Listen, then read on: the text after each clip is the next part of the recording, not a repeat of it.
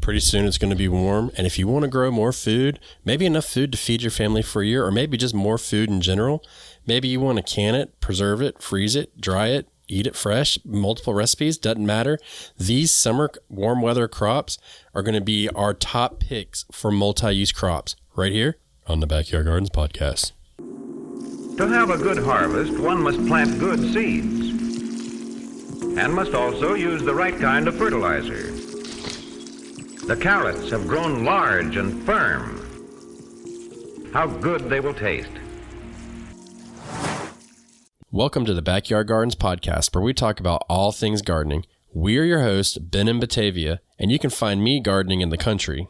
And you'll find me gardening in the city. Get ready as we dig deep into this wonderful world of gardening, where we learn to grow and grow for change. All right, couple announcements real quick before we get going. One, if you'd like to be a patron, link is below.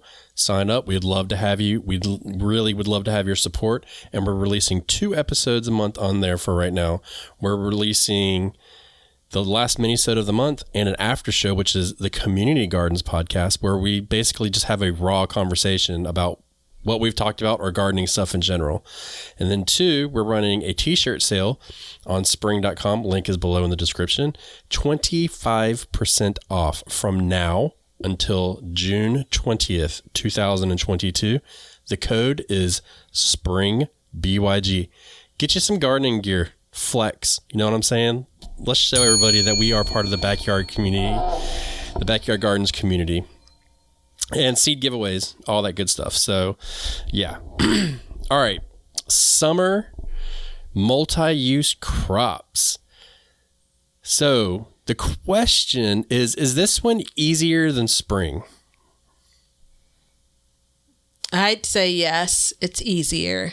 And just to clarify, we talked about planting things in spring, and some of the ones we did last week obviously were harvested in the summer. And so some of this is true for some of my lists for this episode. We're planting them in summer. They are heat-loving crops, but the harvest time may vary as far as what season it actually falls into. So that's a hint.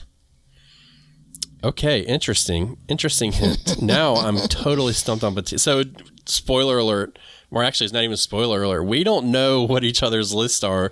Yeah, so I actually don't have any extras picked today. So if you pick one of mine, I'm going to have to come up with something on the fly. So that should be interesting. But yeah, these are all crops just like last week's episode. If you want to check it out, if you haven't, it's spring multi-use crops. With this one, it's all geared towards warm weather. We can use them in multiple ways. We can preserve them in multiple ways. And just like the last one, it's not totally heavy on preserving. So that's the big thing. This one, at least on my end, there's going to be more about sheer volume of harvest for this one. So which in turn does lead to preserving. But if you want to grow more food, you don't have to have anything about preserving. So just be aware that we are all about that. We are all about preserving on the Backyard Gardens podcast, but we made these lists kind of with multiple parameters set, so you don't exclude anything if you don't know or don't want to learn how to can or anything like that. I would say at bare minimum, most people are freezing, and if you're not, you should really start freezing because, I mean, it's as easy as opening a door and putting something in. A lot of times, but it just definitely extends it, but it's not a must for this. Yeah.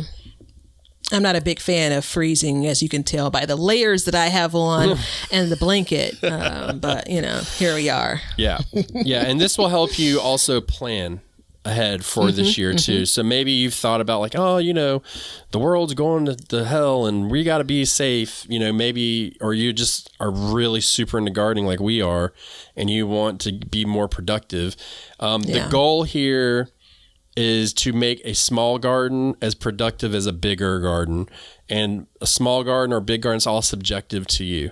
It could be, whatever you think a small garden is might not be the same to us or vice versa. But it just definitely, there's a way to garden in a small space to get more food out of it, I feel like. Yeah. Now, do you think that summer is the most popular garden season? Yeah. Because yeah. I do. Yeah, I for sure do. And so we're going to go, look, we just need to have this conversation right now. Yes, we're talking about warm weather. And yes, we're going to talk about tomatoes right now, but that is not one that we are going to kind of hone in on separately. So tomatoes are great. It's definitely it's a bonus, if you will, but it'd be too easy for either of us to have it as a part of our list of combined 6. I would personally be upset if you were like, my first one is tomatoes. It is on my list, but it's one of my extras just in case. Yeah. But seriously, it's like, it's a staple. It's production wise, sheer volume that comes off of it. The amount of information out there too, which is not one we've used for a lot of the other crops so far. You can preserve it in multiple ways. This is one that you can even sun dry. So there's that too, which, I mean, you don't need anything. You just need to stick it in the sun. But, it's just a gimme. You know what I mean? Everybody grows a tomato. Like, I don't even care if you don't even want to grow more food. You're probably already growing a tomato. So it's kind of like a wasted space in this particular conversation, because a lot of times when we talk about vegetables, we definitely hone in on tomatoes. I mean, we give them the glory that they deserve. Yeah, I don't like the language you're using when it comes to wasted space and tomatoes, but gimme. Gimme is definitely, that's it. That's appropriate. So, consider that the bonus, but we're going to give you 6 summer veggies that are absolutely multi-use for a lot of the same reasons, but there's some nuances, I think. Even not knowing what's on your list, I know you well enough. Yeah, so, my list is actually is different than I thought it was going to be, because, when we were talking about doing this, ultimately we were going to do them all together, and then we separated them. And I'm glad that we separated them, because it made me think about each season individually. I realized that, like, at first I was like, well, spring's going to be really hard. And spring for me was actually easier than summer. Now, that may be for 2 reasons. One may be because I'm currently growing, my cool weather crops, my spring/fall crops. Yeah. But the other one, too, is the multi-use section of it is what's tricky. For me, is it, the diversity. I mean, here goes that word again, diversity, trigger word for us. The diversity that you can get out of each crop wasn't what I expected it to be. It feels like there's a summary of the show and we haven't gotten on to I have a lot of thoughts around that, but I want to wait to hear what's on your list before I can say it. Yeah, we'll come back after the recipe of the day. The recipe of the day. And we'll give a closing summary remarks. But I just wanted to definitely say that ahead of time, because I think, if you're listening and you're like, oh, well, this is going to be super easy. If you really break it down and think about it, it's not as easy. And also that these subjects are important to talk about separately. So yeah, for sure. I mean, I think I could just say, if I had one answer, your cooking style differs from season to season. Right. There it is. Damn, I didn't even think about that. Damn, Batavia just dropped the mic. Yeah, it was. Listen, I've really, really worked hard to get this set up, so I'm not gonna take this mic off, but just to imagine that I did. All right, look, let's take a break, and then we're gonna come back and we're gonna go over our 6-ish multi-use crops for warm weather, or as we like to call them, summer. Hey everybody, thanks for checking out the Backyard Gardens podcast. If you like what we're doing and you want to continue to support the podcast, head over to our Patreon page to sign up. You can also make a one-time donation using PayPal. Both of these links are in the description. With your support, we can continue growing and helping others in their gardens. See ya! We want you to be a part of our gardening community. DM us a picture of your garden at Backyard Gardens TV on Instagram, and we will share it with our listeners. All right, Miss Batavia, you go first today. Ladies first. Yeah. Sweet peppers. Ah, see? Interesting. Go ahead. Well, I thought when I was making this list, could I just make it general and peppers? And I said, no, I'm going to focus it on a particular like kind of group of peppers instead of just saying peppers in general, which would include hot peppers. That's also giving you some room to add that to your list if you have to. So sweet peppers, I think, is multi-use, and I'm not going to give any spoilers from last week's episode, so I'm not going to compare to what we talked about last week. You got to listen to that episode. But sweet peppers for sure can be eaten fresh, which is one of our kind of considerations. It can be cooked. It definitely can be. And I think it's helpful to have these lists and these veggies and considering the multi-use without preserving, but it's a bonus if you can preserve them. And you can absolutely, for sweet peppers, preserve them. Sweet peppers are, for me, my experience, it's a vegetable that is much more enjoyable from your garden. Almost exclusively, like all peppers that I've grown for sweet peppers have been better in the garden than they have been, from the grocery store. I am actually set out to freeze more this year than I have in the past. I cook with them much more often, I think, when I grow them, just based on the expense of it.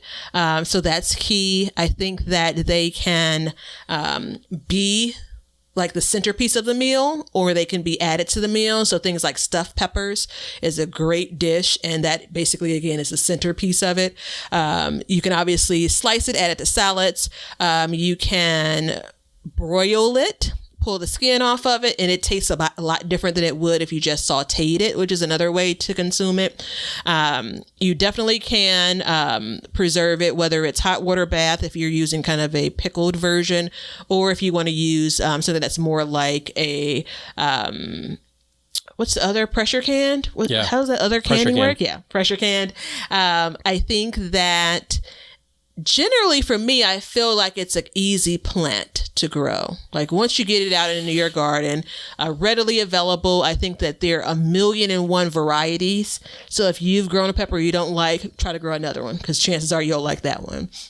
Yeah. So I'm leading off with sweet peppers. I haven't canned them yet successfully. I wanted to do roasted red peppers last year, but I didn't really get around to it.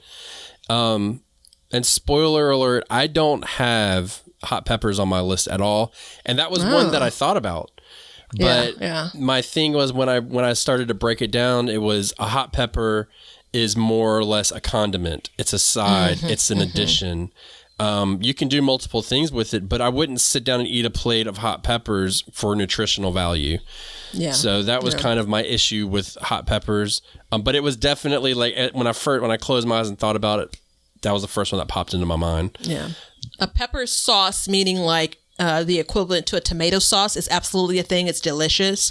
One of my favorite summer recipes, and it is tomatoes, peppers, sweet peppers, and a bit of oil, as well as some garlic. So it's a roasted garlic pepper sauce. It's by far my favorite kind of production from the summer. You can freeze it if you want. You don't have to, but every time I cook it up, I basically have bread on standby, and I end up cleaning the food processor with the bread. Yeah. It's just that good, Yeah. So, and again, it's probably about hand in hand the amount of tomatoes you'd use in addition to the number of peppers you'd use. So right.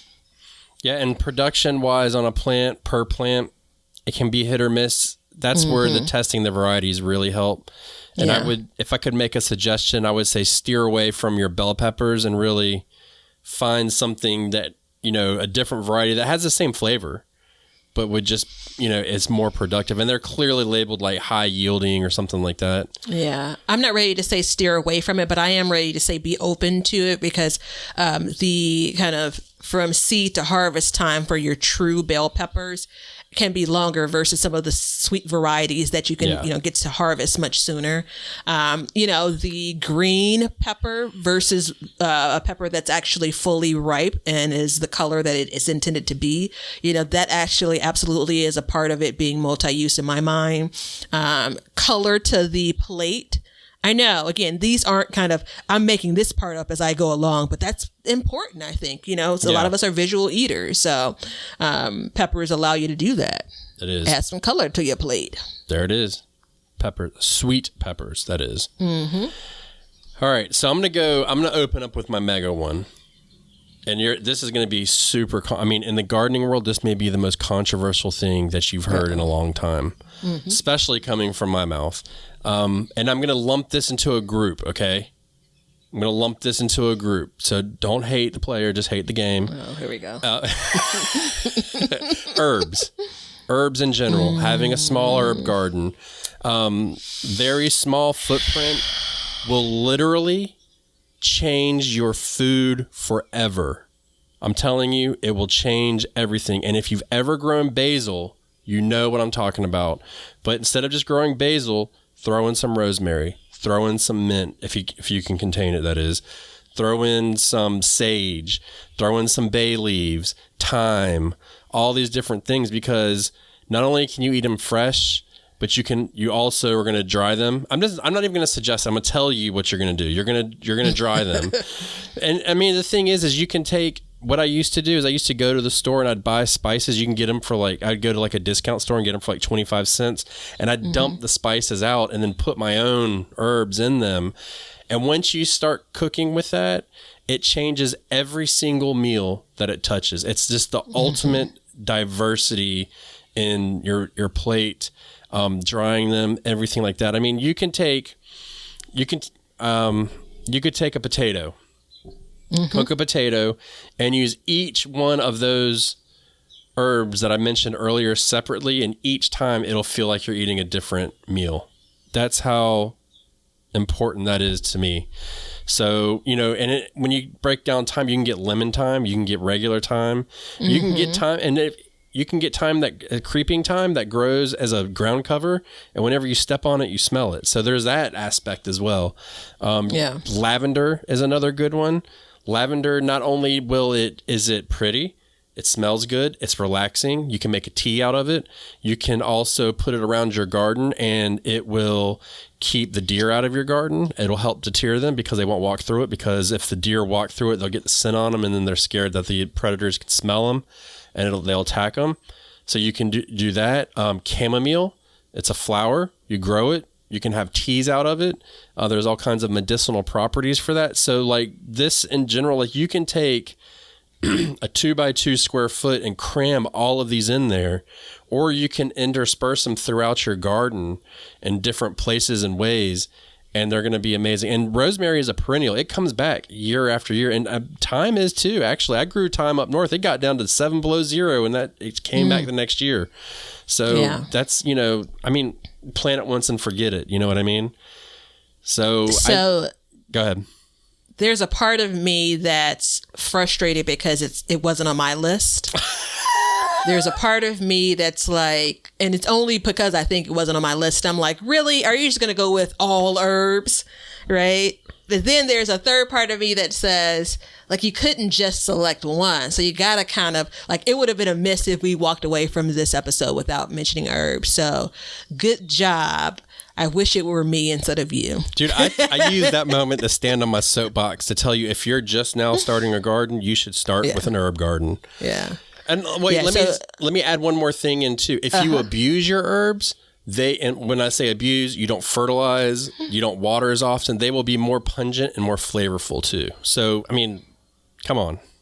Yeah, I have thyme, sage, parsley. There's one more herb that I put all into a 10-gallon grow bag, grew it last year, brought it inside. So I'm in zone 6. I'm in Chicago, Illinois.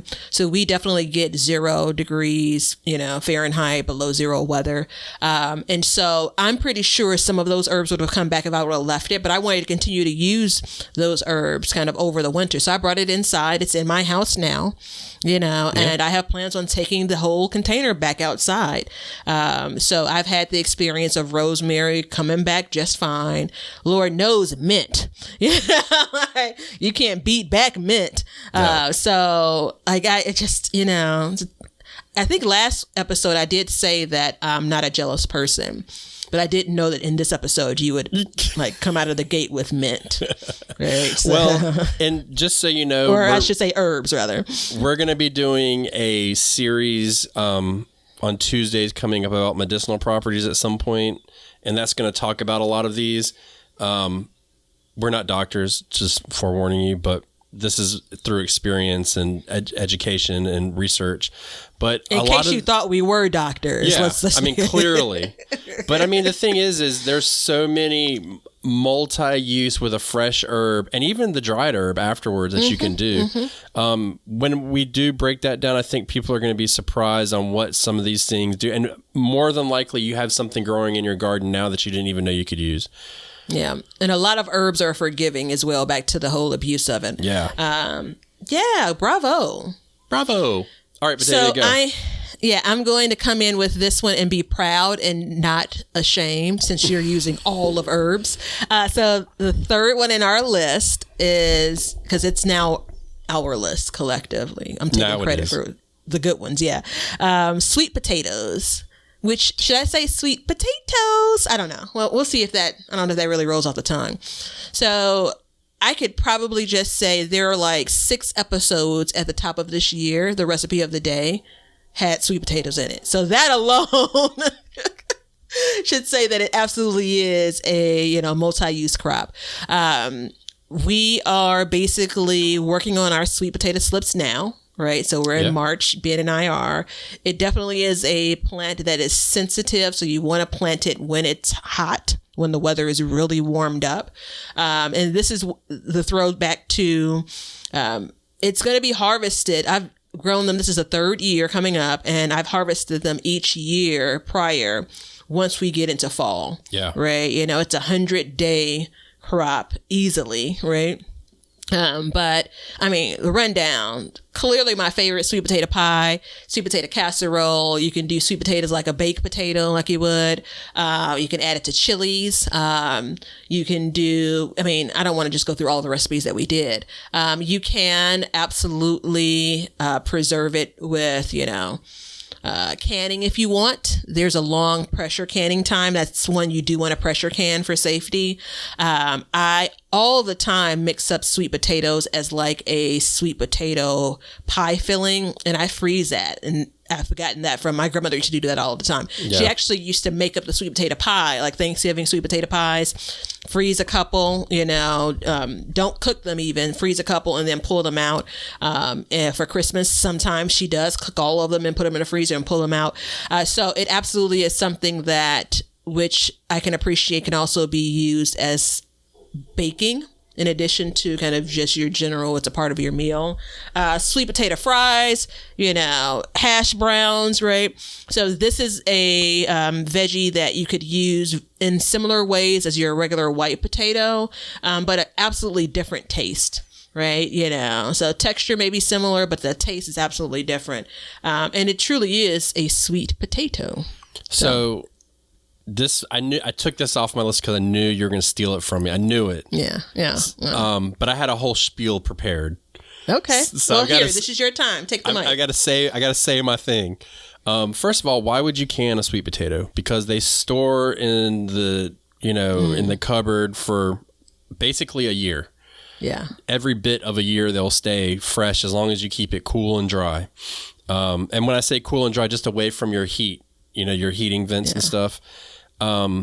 But nutritionally, it's a totally different animal than potatoes. They absolutely superior. Yeah. It's superior. I mean, that's a good term and flavor profile as well, because one, it has way more fiber in it, which is very important. I believe it's a little bit lower in carb, but usually sweet potatoes are bigger. So that's kind of, nixed. And then you use them in desserts. You know what I mean? Like, you use them in desserts. We haven't talked about very many things that go in desserts. I mean, you have an entire pie made from sweet potatoes. Can we just think about that for a second? You know what I mean? You can actually juice sweet potatoes too. And it's delicious. So taking the raw sweet potato and juicing it as well. Yeah. Sweet potato, carrot, apple, cinnamon. Juice it, try it, love it, live it. I'm telling you. I didn't have a moment where I've craved a juice. And thank you for picking that piece up because I forgot to mention the storage time. Yeah. The sweet potato slips that I'm working with now are from my sweet potato harvest. Yeah, mine too. So, I've not been able to hold on to sweet potatoes. I've eaten them too fast to say, that they actually hold for a full year. But I harvested them in October, and the sweet potatoes are absolutely just fine in February when I started the slips, and in March where we are now. And it was really hard because the sweet potatoes were so beautiful for me to take some and start slips with them. Yeah. So yeah, there's that. I've grown sweet potatoes for 3 years now, and I've hammered it out. I've got it figured out now. Mm-hmm. In a 4x8 bed, I average about 40 pounds of sweet potatoes out of a 4x8 bed.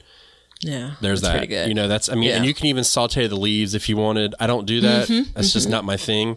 But 40 pounds of sweet potatoes in a 4x8 bed. Just think about that too, because that's intense. And it's a beautiful plant. I know it's just leaves, but it's beautiful. They got a good purple flower on them. Yeah, well, even the leaves when it comes to like kind of your landscape and the trailing and the vining leaves and all, I think it's pretty cool. I can't talk about sweet potatoes like in my YouTube videos without someone commenting around, cooking the leaves. Yeah. I'm glad you brought that up as well. Yeah, it's like a secret hack that I don't care to try. Yeah. I just don't care. Yeah. Well, I always have the intention of trying it, but then I never get to it. So. Yeah. Okay. I'm going to go for another one. And if in a perfect world, this is the best multi-use crop, one of the best. Uh-oh. Okay. Zucchini. Okay. Now, if you can get away from the little bastard, a.k.a. the squash vine borer, you notice which one I said first. It's an amazing vegetable. It's very prolific. It's delicious, first of all. You can eat it raw. You can cook it. You can bake with it.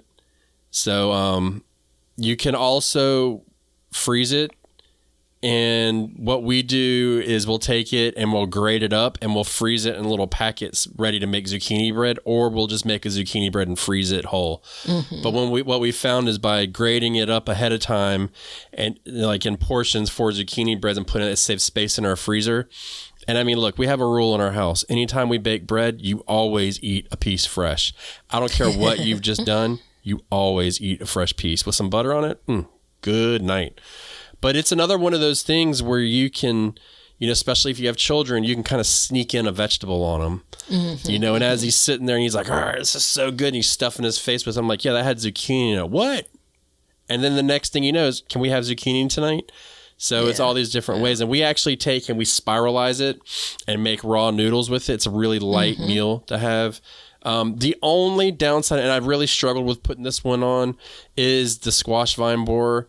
It is a bitch. And there's no other word to say about it. Or there is one other word, but I'll leave that one out. It really can just decimate you. There's got to be a way around it, and I still haven't figured it out. But other than covering, which that's on the list for this year. But I think just getting it, getting these plants happy and getting them in early, you can still get a harvest off of them. And then you can prepare them that way. And when I say you can eat them raw, you can eat them in a multiple ways raw, not just like, a lot of times you'll get something, you'll be like, oh, well, I'll put it in a salad. Okay, well, that's good, whatever. But think outside the box, we'll eat them like cucumbers sometimes and just sprinkle salt and pepper on them. Or, grilled zucchini, man. Grilled, yeah. Oh, my goodness, yeah.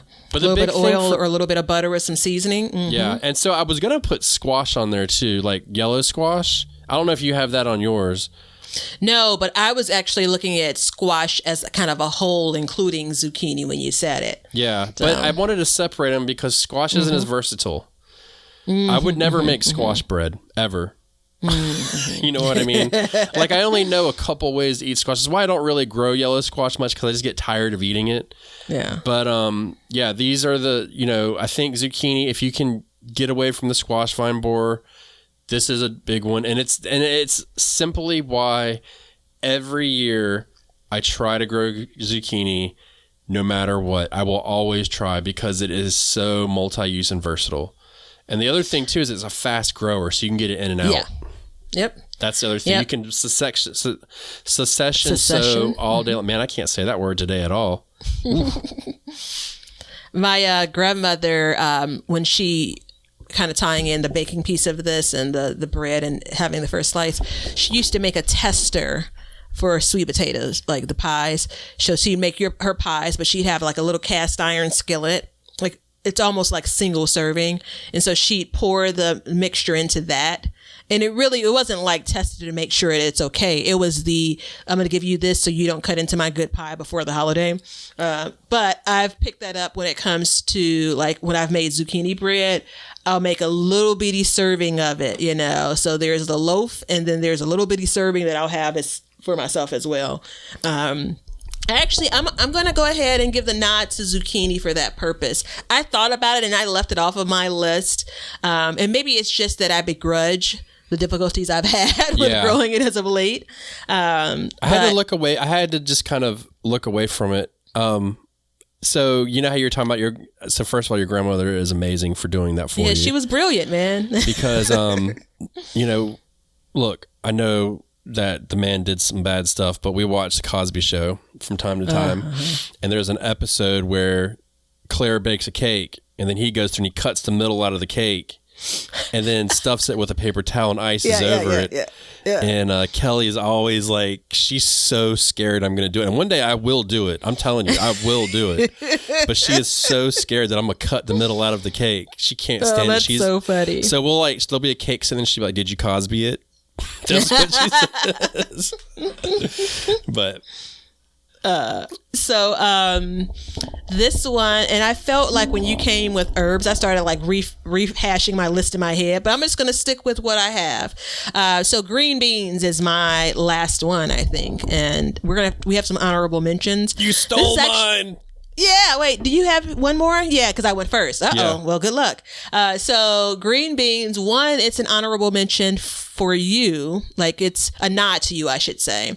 But it's also a nod to the way that I was brought up. Like that was a core vegetable growing up. Yeah. And I had never had a green bean casserole or anything. You haven't?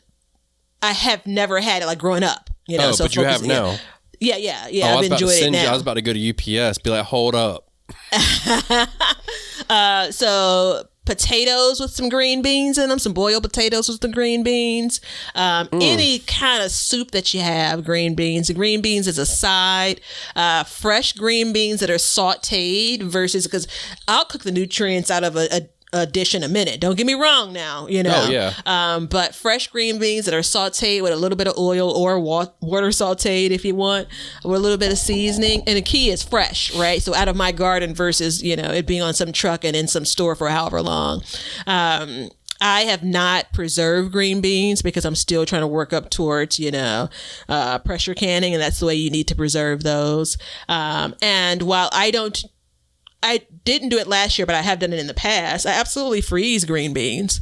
So that's a storing method, a preserving method. I think that there's something about green beans that's similar to tomatoes to me. It kind of like they belong in your garden. So I'm talking about green beans from the bush variety to like your pole beans. I'm grouping all of that into the same bucket. Yeah.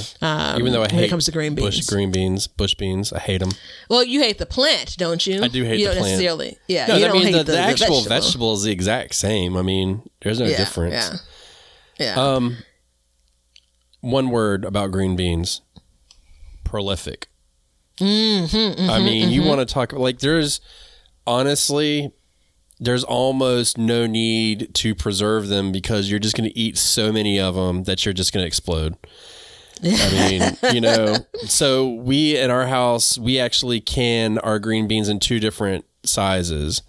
We do the big jars are the casserole cans, and then the little jars or the half-size jars, which I don't know the sizes of them off the top of my head, but those are dinner green beans. That's how much that we value green beans in our family. And the reason why I didn't want to bring it up though is because I feel like it can be very preserving heavy, simply for me because I don't like frozen green beans. I only eat them canned.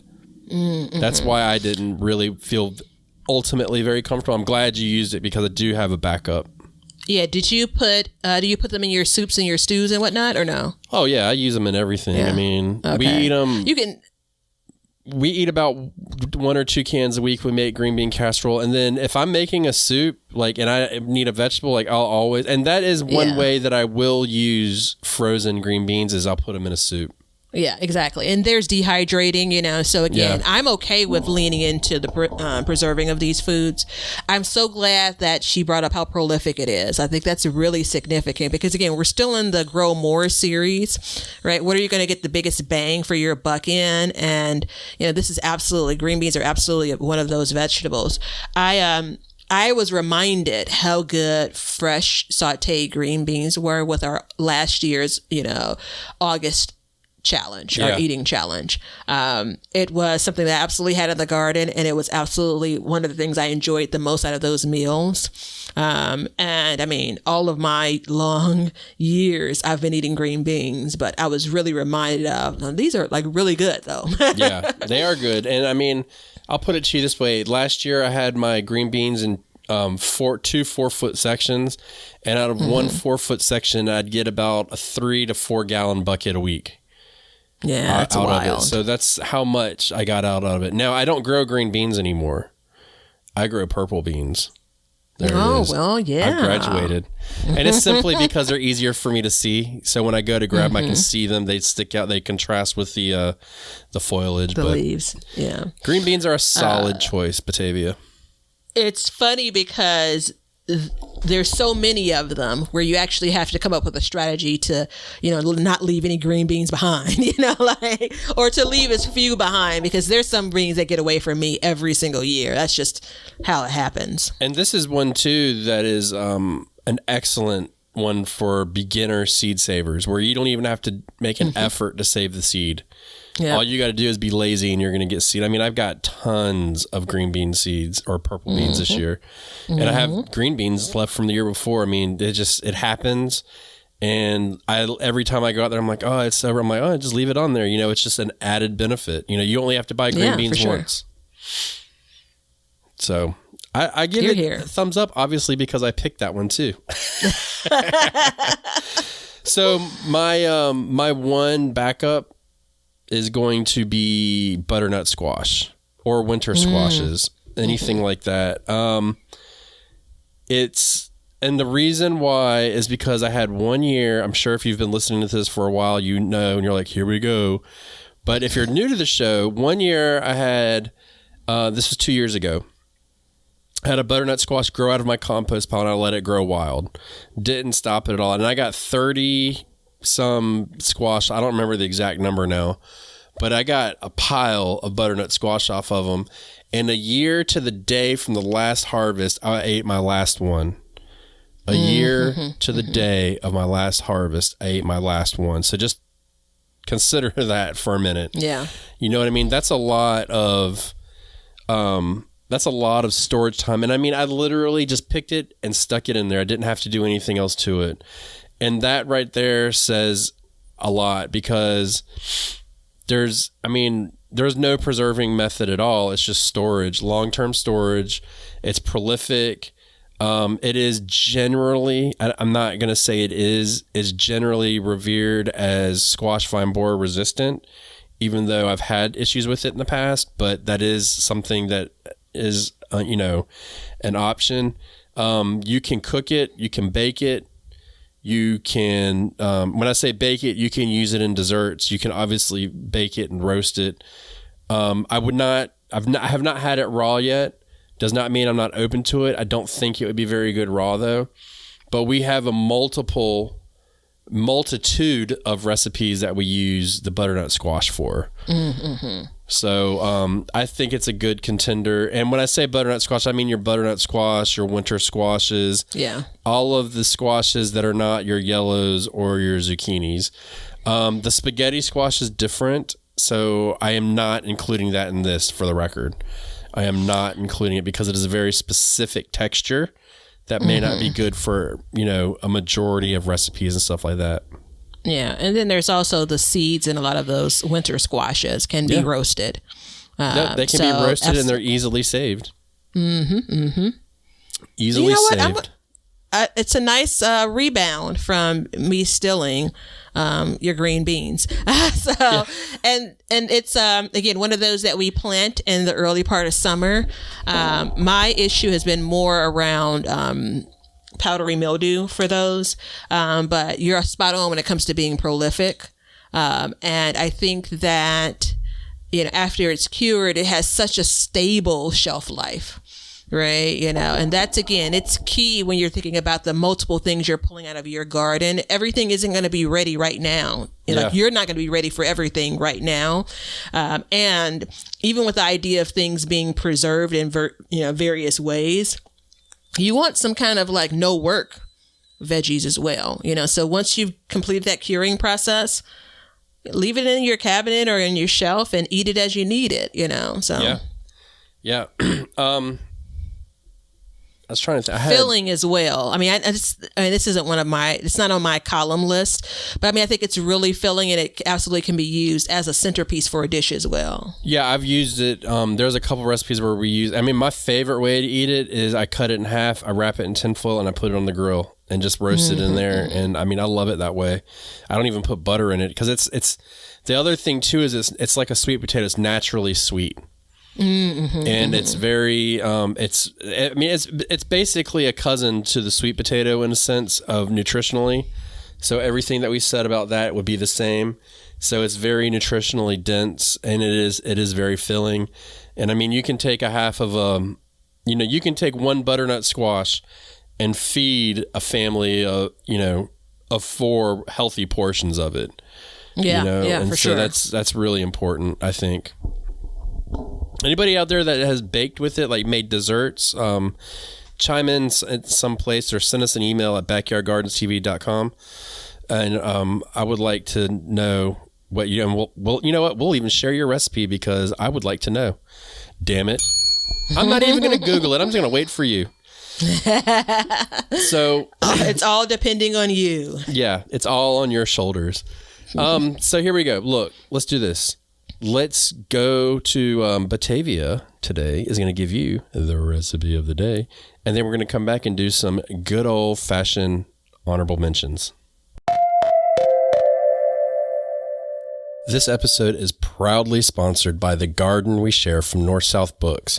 It's an inspiring new picture book written by Zoe Tucker and illustrated by Juliana Swaney, the #1 New York Times best-selling illustrator of We Are the Gardeners by Joanna Gaines. This beautiful book celebrates the friendship between a young girl and an elderly woman as they plant seeds in a community garden alongside friends and neighbors, waiting for the seeds to flower. A great gift for all ages, on sale spring 2022 at a bookstore near you or online.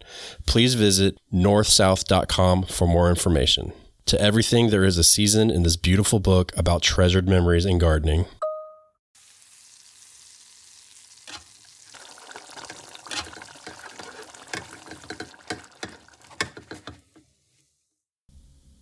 Okay, so this is a recipe I've given before, but dang it, I forgot it was my recipe of the day, and here we are. But it's inspirational in that because you're listening to this for the first time in March, I want you to consider this as you think about what you're growing for summer. So I don't remember the name of it, but I think it originates from Martha Stewart as a recipe. It is more of a bake. So you have your ingredients are eggplant, zucchini, tomatoes, right? So you're layering it like you layer a lasagna. And I'm going to pretend that it's zucchini first because that seems about right. So this is like a sliced zucchini. You could do it diagonal or like in chips, but you'll layer your casserole dish with the zucchini.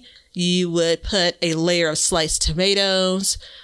You'd put a layer of eggplant. You're salting this as you go along, and you're going to feel like you've added too much salt, but that's okay. Add more. And then you repeat that.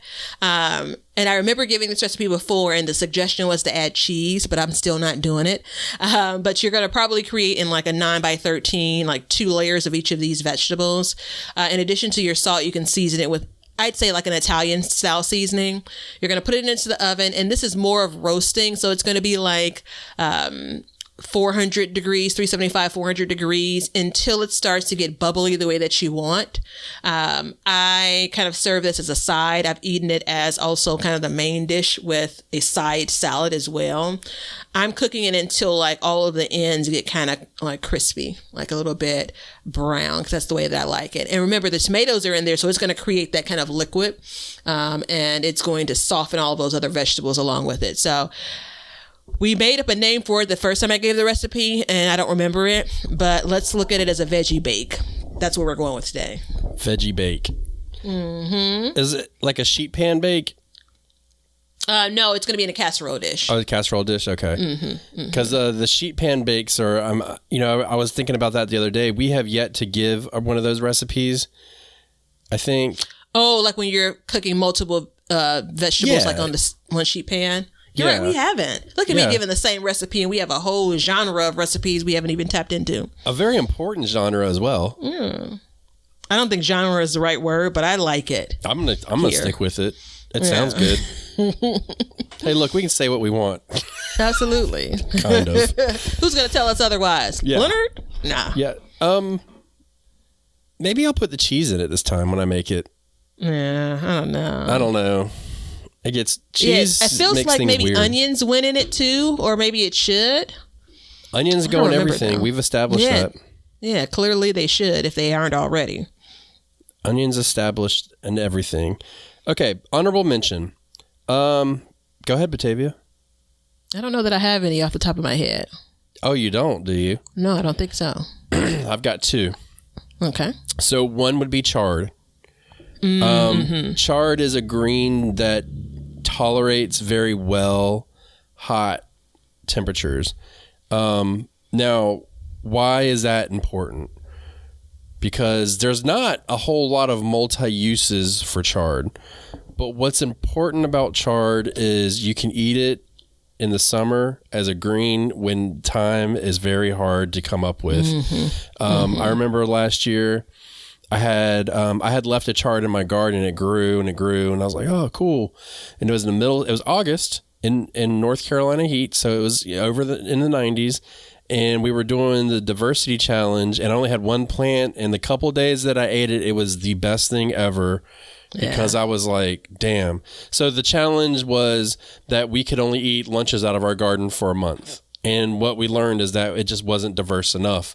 And the chard was really what made it for me. So any kind of green that I can grow in the summertime is clutch, because you go through a period where you don't have any greens at all.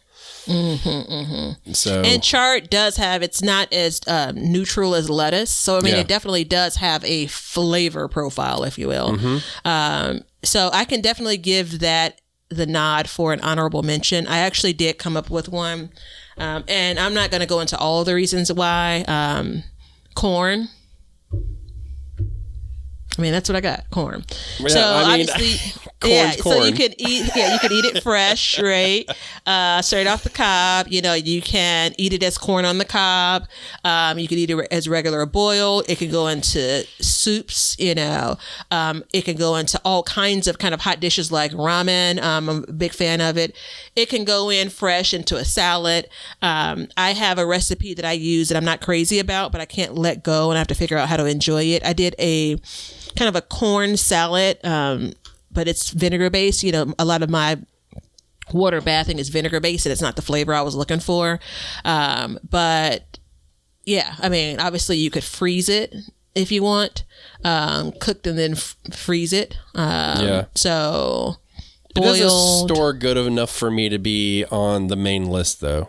I think it's okay. Honorable mention is a good spot for it. Yeah, I think so as well. Yeah. I think there's the quantity piece of it. I think the growing conditions you have to create in the quantity that you'd really need to create for it. That's the reason why it wasn't on my main list. Yeah. Kind of the space that it requires. I think it's a nice. Like, I'm trying to figure out, I think I had a couple of ears of corn in our August challenge. And again, it just made something that was different.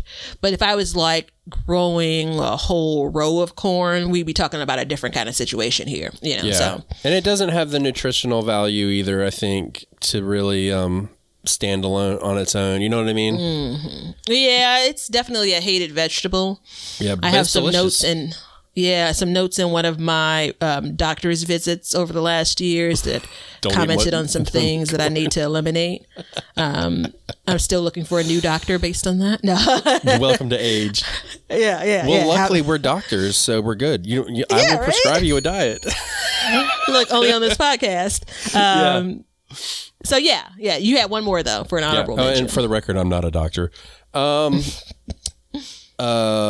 eyed peas or cowpeas. Okay, I know they're not the most diverse in the world, but hear me out. You grow them, you let them. I mean, if you want to learn how to save seeds, this is another one where like you have to do it like you're going to save seed. You let it go on the plant until it dries up, and then you harvest it, you shell it, and you stick it in a bag.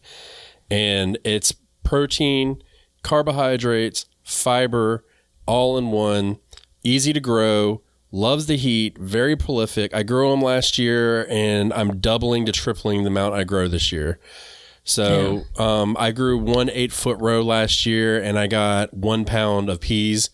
Which when you break it down, I was talking to my wife about it. I'm like, yeah, it's not really that much. But then I started thinking about it. I was like, you know what, though? If we ate like we were supposed to, that would be enough for, 10 to 15 meals, where you're just using them as a side or something like that. So, they're so easy to grow. You don't do anything to them. Yeah. You don't need to worry about freezing them or canning them or drying them. They're going to do it all on the vine. And then when you want to grow more, you can just grab some out of that bag you saved and you can grow them straight from there. Yeah, my favorite way for cowpeas or black-eyed peas is the way that I commonly refer to them is your traditional, more of like, it's the meal, right? But you can, and they're the cold, like after the peas are cooked, there's the cold salad you can serve as for black-eyed peas. I'm a fan of them, and only because you brought up black-eyed peas, now this is controversial. I'm going to bring up my last honorable mention, and it's only an honorable mention based on the disdain that 50% of the world has for it. You probably know where I'm going based on that. Okra. Pickled okra. Delicious. Had it for the first time last year. Can't believe I've not had it before that. Roasted okra. Delicious. Had it for these last few years. Must have, right? For all those that don't like it for reasons I probably understand why. Roasted okra is the way to go. Fried okra, right? Come on, somebody. And then my favorite way is your traditional boiled okra, which I would have with my black-eyed peas. And probably, again, the most troublesome way to prepare it for most people. So I will allow it. And the only reason why I will allow it is because it's in the honorable mentions at the end, the very last one, because it's prolific and fried okra is just damn delicious. But the reason why I can really allow it is because you only need one plant. You don't need a row of corn or a trellis of peas or 4 tomato plants or a 2x2 foot herb garden. You need one plant to get plenty to eat. I think that's why I give it a spot. I'll give it a spot on there. Yeah. Yeah, I liked the idea that you believe that it matters whether or not you're going to allow it. I like that. I can appreciate that. Leonard's the one that gave me the go. I don't know what you're talking about. I am trying to convert one listener at a time into being an okra enjoyer. And then if I could get like 5% of people becoming an okra lover, like my journey here is done. So I think you just need to grow it. I think it's one of those things that if you grow it, it's so prolific, you will learn how to love it fast. Mm-hmm. I honestly believe that. If you don't have any issues with the texture, fresh okra, there is a salad, and I'm not going to give that recipe, but I mean, I've listed like 6 ways to eat it. Yeah. If that doesn't count for multi-use, I don't know what does. And it freezes well too. Yep, chopped sure up, it freezes well. So. Come on, adding it to gumbo? Listen now. What are we doing here? Here, let me do it. Listen now. That was it. The moment when I'm reminded of who I really am. Oh, it stings. Very well done. Oh, look. All right. So we've given you between last episode and this episode, your garden, you need to change the name of it to multi-use. Okay. Everything is multi-use. Everything is good. Now you know. And knowing is half the battle. All right, everybody. Stay cool. Become a patron if you'd like. We would love to have your support. We literally run the show off of our patrons. Thank you so much if you are one. Thank you so much if you're considering being one. And thank you so much for listening. We love you all. More importantly, start your damn gardens. You're running out of time. Not really. There's plenty of time, but go start a garden. Stick your finger in the soil. I love the okra lovers more. I'm picking, right? So rude. So rude. I'm non-discriminate to who I love. See ya. We hope you enjoyed today's show.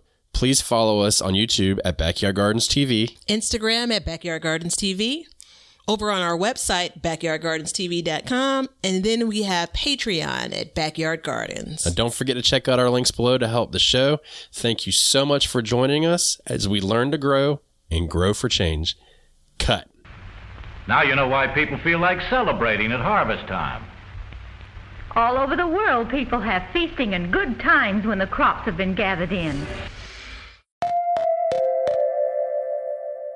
Hey, everybody. Thanks for checking out the Backyard Gardens podcast. If you like what we're doing and you want to continue to support the podcast, head over to our Patreon page to sign up. You can also make a one-time donation using PayPal.